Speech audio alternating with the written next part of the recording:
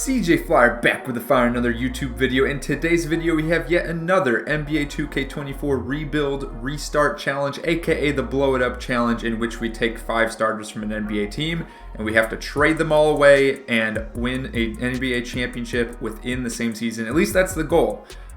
So far we've done it. I'm not going to say how many times. I don't want to spoil. If you haven't seen the other videos, go ahead and check them out. But I'll tell you, it's been done at least once, if not multiple times. So go ahead, check out those other videos if you haven't already. Today, we are doing the Utah Jazz. We're going alphabetical order by team name, and this is where we're at now. We got Lauri Markkanen, John Collins, Walker Kessler, Jordan Clarkson, and then I know everyone's first thought, including my own, was probably Colin Sexton for those of us that are not avid Utah Jazz fans or watching the team every night, because I sure as heck am not watching Jazz games every day. But Talen Horton-Tucker has gotten 8 starts out of the 11 games played so far at the time that I'm recording this. But most recently is actually Keontae George, who I do not see on the roster. Oh, there he is, right there. 72 overall, 19 years old, out of Baylor. Shout out to Waco, Texas. But yeah. So we're gonna treat Talen Horton-Tucker as the starter in this video, and then Colin Sexton, if he's included in a trade package, he's gone. But otherwise, we don't need to trade him. We just need to trade these top 4 players, and then Talen Horton-Tucker Jr. So without further ado, let's go ahead, go over to the trade finder, and let's just start things off with a bang. Let's see what we can get for Lauri Markkanen. This one, this challenge is probably going to be tough because I don't expect to get a whole ton of star value for these guys.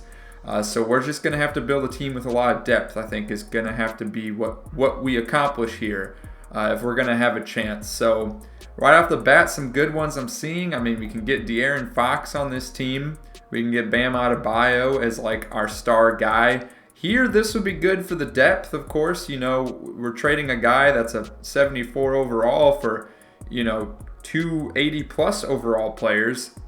Obviously, I don't really see Emmanuel Quickley or Mitchell Robinson as like, elite talent per se, but, good guys to have on the team that can provide some depth. Nick Claxton and Dorian Finney-Smith, I like this package all right. The problem is, Lauri Markkanen's like our one guy where I think we can get star value in return. And, he might be our chance. So, look at that. Bradley Beal right there.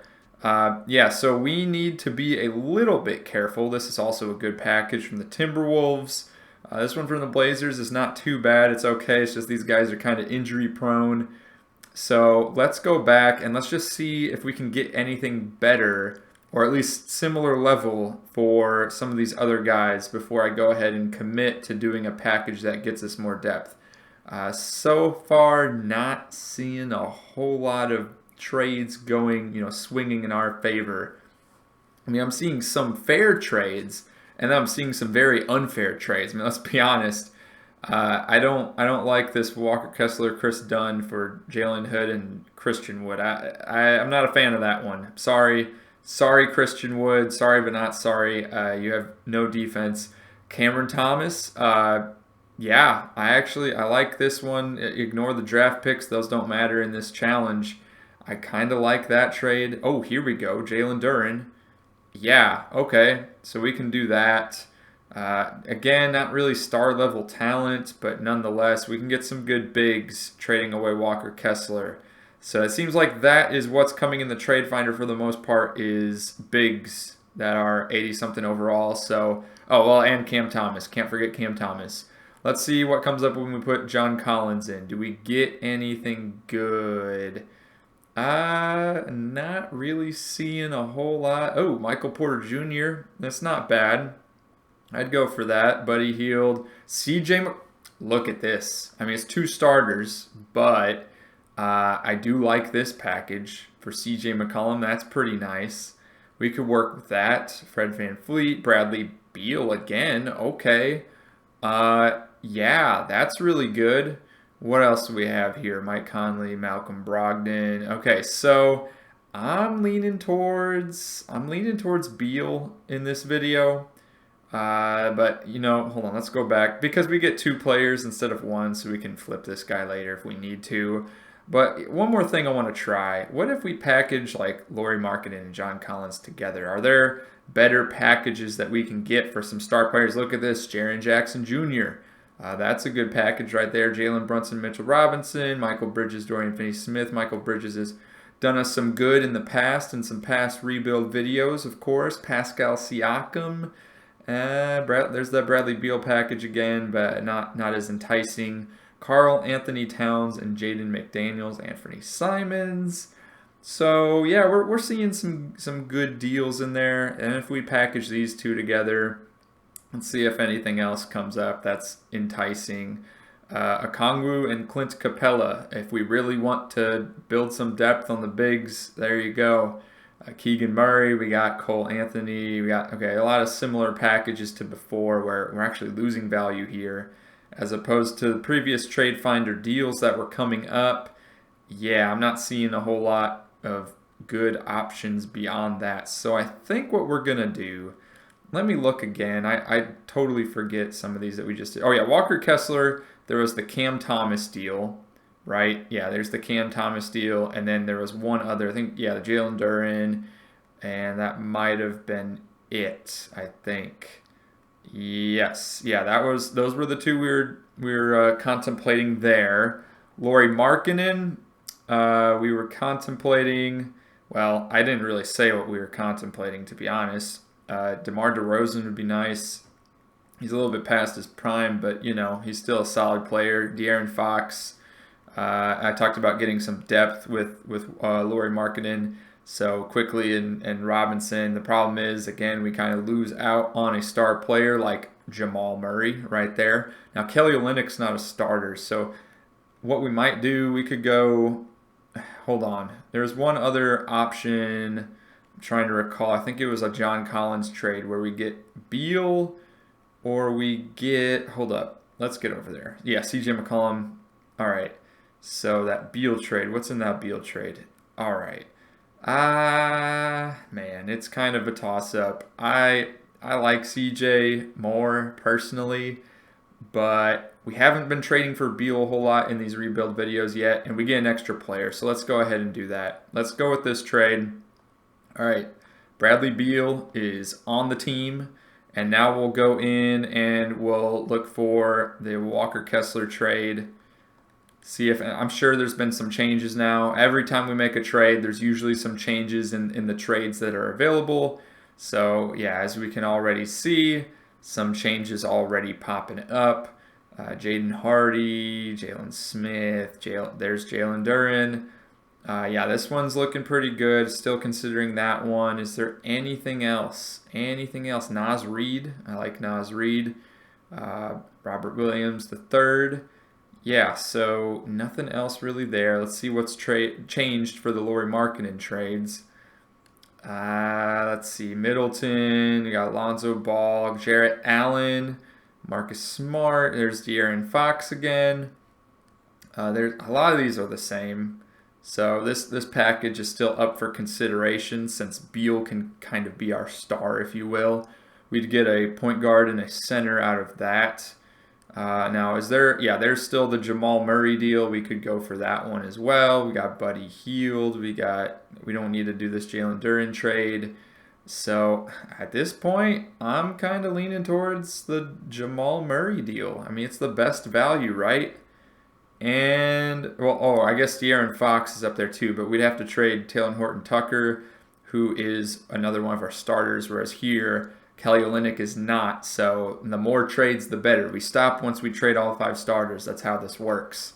So let's go in, and I'd say let's do this trade. We're giving up Kelly Olynyk, but that's okay. I don't feel like we're taking a huge hit there. So now we have Jamal Murray, Bradley Beal, and we still have to trade Walker Kessler and Taylor Horton-Tucker. So let's go ahead now, get back to that trade finder, and let's make that deal. Walker Kessler, we need a big, so let's see if we can find the deal for a big. If that pops up again, we got Mitchell Robinson, but that'll end our trades as we also trade away Taylor Horton-Tucker. There's that Cam Thomas trade again. And we don't really need to do that. There's the one I was looking for, Jalen Duren. I really like that deal. And that might be the one we go for. This one, yeah, I'm not too enticed by it. That's it. All right, let's go in. We're doing the Jalen Duren trade. All right, here we go. Made the trade. And this is what we're sitting with. 88, 86, 83. Honestly, maybe this was a bad move. Maybe we should have gone for like DeRozan because Colin Sexton can easily slip into the starting lineup. But you know what? It is what it is. So we desperately need forwards. That's where we're at right now. We don't have a whole lot of depth, or at least I guess we have a lot of forwards, but we don't have a lot of good forwards, I should say. We have 2 small forwards, 75 and 72 overall, and then power forwards, we have 5 of them, none of which exceed a 74 overall. So we're kind of hurting for some good, talented forwards. We're going to have enough depth at the guard position with Colin Sexton there, so I'm not really worried about that. But yeah, we need to make a trade for a decent forward, trading away Taylor Horton-Tucker. So let's see what pops up. Kenyon Martin Jr. and Batum. That would give us some depth. Caruso, I don't really slide him down the forward. Norman Powell could be a small forward, maybe a bit undersized. Who else? Duncan Robinson, that would work. Who else? Miles Bridges, man. PR disaster, Miles Bridges. But at least in 2K, it's not an issue. Rui Hachimura, that might not be a bad pickup. Who else? Come on. Dorian Finney-Smith. I like that one the most right now. Kentavious Caldwell-Pope, he could definitely play the small forward position. And who else? Who else do I like here? Jae'Sean Tate, he's not bad, but I wouldn't consider him over some of the other options. We had Kyle Anderson, Matisse Thybulle. So yeah, I think we're gonna go with Dorian Finney-Smith because I am a biased Mavs fan. So here we go. That's the deal. This team is definitely nowhere near as good as ones we've had for the other challenges. That is for sure. Nonetheless, let's go ahead now into the rotation and see what we can cook up here. So we got Jamal Murray starting at point guard, Bradley Beal. We got O'Shea. Is that how you say his name? I'm going to be honest, I don't know how to say his name. O'Shea Agbaji, Dorian Finney-Smith, and Jalen Duren. And then off the bench, we have the unit of Colin Sexton. We got Yurt 7 at center. Josh Christopher, I'm not too familiar with his game. Oh, yeah, he used to play for the Rockets. That's right. Shooting guard slash point guard. Livers is a forward. Okay, so the bench is actually, I mean, it's obviously not rated very high, but I actually don't mind it a whole lot. Otherwise, yeah, this team it's a bit weak. Winning the championship is kind of a stretch, but I mean, you know, we didn't have a lot to work with. So this one was kind of going to be difficult in the beginning anyways. One more thing we can check, though. I have not done this yet. I guess I don't know if y'all want to consider this cheating, but just see what we can get throwing out a first-round draft pick if we can get any player to pop up. I'm not seeing anything. Maybe I need to do that in a future video. We just need to. There you go. See, now we got players popping up. We could get Andre Drummond. That'll really push us over the edge. Thomas Bryant. That, you know, Taurean Prince would actually be okay. Trey Murphy. Okay. Damian Lee, Wendell Moore. I mean, I should have packaged these picks with our starters, but you know, this is the first time we're trying this for the restart challenge. So in the future restart challenge, we'll start packaging picks. But I like this one. Let's go for Trey Murphy. This will help add some depth and go back into the rebuilding the roster. There you go. We're putting Trey Murphy as the starting small forward now, so I think that helps quite a bit. You know, he at least he can play ball, right? Like, you know, he's starter quality as opposed to Ochai. I can't say I've ever heard of him. He's 23 years old. This last year is his first year in the NBA, and his stats, I mean, you know, he got 8 points per game, I guess. But other than, I mean, I'm not really too familiar with the guy or his game, so he'll be coming off the bench now, which is fine. And there you go. So we're going to go ahead now, simulate the season, and see what happens. Okay, so Ja Morant wins MVP. You already know who's winning Rookie of the Year if you've been watching all these videos. Chris Paul was 6th Man of the Year. Giannis, Defensive Player of the Year. Jalen Duren on the Utah Jazz, Most Improved Player, averaging 12 points per game, 15 rebounds, an assist, and a block. Beautiful. Love to see it. Devin Booker, Clutch Player of the Year. Steve Kerr, the Coach of the Year in the West, winning the 1 seed in the Western Conference with 57 wins. Executive of the Year is the 76ers, with the number 1 seed in the East. So let's go ahead and see if anyone from the Utah Jazz went ahead and made any of these All-NBA teams, and it looks like that is not the case. So no one made the All-NBA teams. As for the defensive teams, that also seems to be that no one from the Utah Jazz made the defensive teams. Rookie teams, I don't think we'd have anyone that would have contended for that. So that is it. No awards for the Utah Jazz. And our streak of making the playoffs in this restart challenge is on the line. This is the first time that we have not automatically qualified for the playoffs. The lowest seed we've ever gotten is the 6th seed, and now here we are as a 9 seed. So just to give you guys an idea of what was happening in the simulation, we had a losing record all the way up until March, and then the team started going on a little bit of a winning streak, and we were able to get back on our feet, finish the season with a winning record, 42 wins and 40 losses. This is easily the worst one of these that we have ever done. Granted, we didn't have a lot of talent on the roster to trade as far as what's in the starting lineup. So, we were never going to compete very well. We also didn't have like a lot of highly valued rookie players. Like we didn't have a Victor Wembanyama on the team or anything to trade away. So, we weren't going to get a lot in return. So honestly, I'm glad we even have a chance, and that we finish with a winning record. So we keep that streak alive, More wins than losses, I'll take it. As for the way things finished, the Trailblazers, of all teams, getting in the top 4, that's very impressive by them. And then over in the East, you see the Atlanta Hawks finish towards the top, the Bucks, and then these Celtics, man, I'm telling you, in these simulations, Bucks and Celtics, when they finish with the low seed, they're just going to come out and dominate. That's how they do it every single time. So nothing unexpected here in the East. The West, kind of surprised that the Kings fell flat and the Suns fell flat, but we're doing pretty good. So let's go ahead now, look at the regular season stats for our team. And oh no, looks like Jamal Murray will be out for the play-in game. He's got a dislocated left elbow, out 1 to 2 weeks.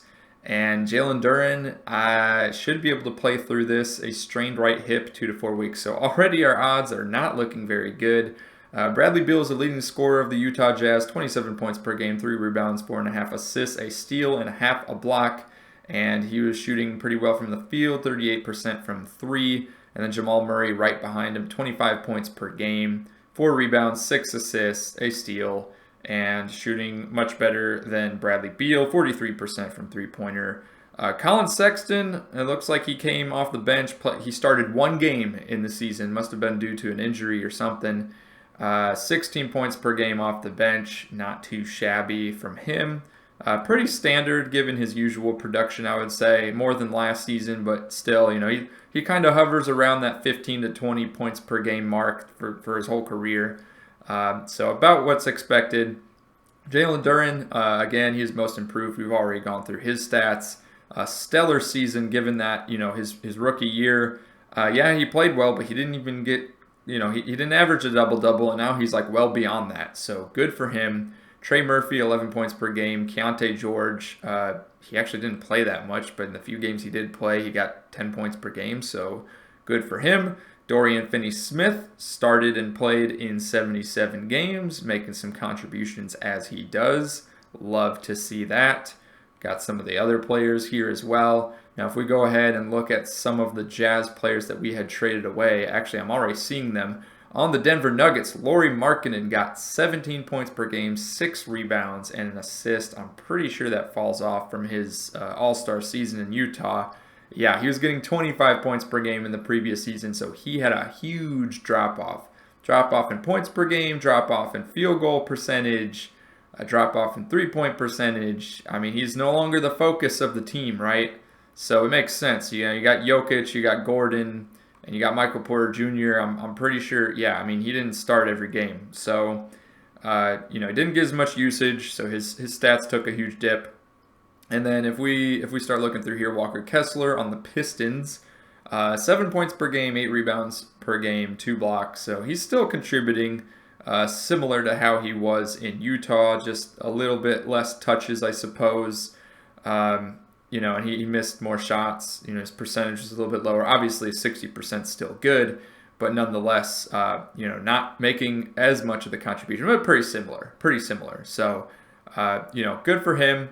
And then if we go over to the Suns, who we gave John Collins and Jordan Clarkson, John Collins had not an impressive scoring line. So that must be why the Suns were not able to make the playoffs, I guess. They do have a pretty weird team. It looks like they also ended up trading for Buddy Hield. So they had Devin Booker, Kevin Durant, John Collins, Buddy Hield, Jordan Clarkson, Bol, Eric.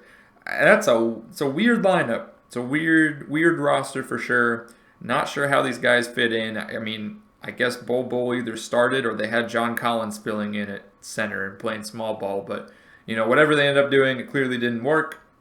Jordan Clarkson got 16 points per game, 2 rebounds, 3 assists. He came off the bench for the most part, and his field goal percentages were not too high. So, yeah, it looks like, I mean, if we compare to the previous years, yeah, his percentages fell off a bit. His numbers fell off a little bit from last year in Utah. And then if I recall, if we go back, one more player that we traded, Talen Horton-Tucker on the Brooklyn Nets. We'll go ahead and take a look. He was the 3rd leading scorer on the team, right behind Cam Thomas and Michael Bridges. He got 16 points per game starting in 58 of the 71 games he played, 4 rebounds, 4 assists. You know, his percentages were pretty low. He's known for shooting pretty poor 3-point percentage. As you can see, it is the lowest of his career, so that's a little bit concerning, you know, 5 years in, and he already had a pretty bad 3-point shot. Now it's even worse. And then, do we have 3-point attempts on this line here? Yeah, I mean, he attempted a decent number of threes, so not a good look there. However, you know, on all the other stats, I'd say, you know, it's his highest scoring season of his career. Got the most usage of his career for sure, it seems like. So good for him. And then the Nets also traded for Clint Capella at some point. However, I don't believe they made the playoffs. If we go ahead and look back at the standings and go to the Eastern Conference, scroll down. Yeah, they didn't make the playoffs. They barely missed the play-in by 3 games. So didn't work out for them either. So it looks like a lot of Utah Jazz players that got traded away didn't see the success they were hoping for. So unfortunate for them. But at least we made the play-in. At least we got somewhere, I guess. But we'll see. We'll see how this goes. Let's go ahead and simulate this game. We'll go into SimCast since it is a single elimination game. Let's see what happens. So far, so good. The Jazz seem to be up by double digits. Uh-oh. They're losing the score a little bit here into the 3rd quarter. The Pelicans are, oh my, it is a very close game.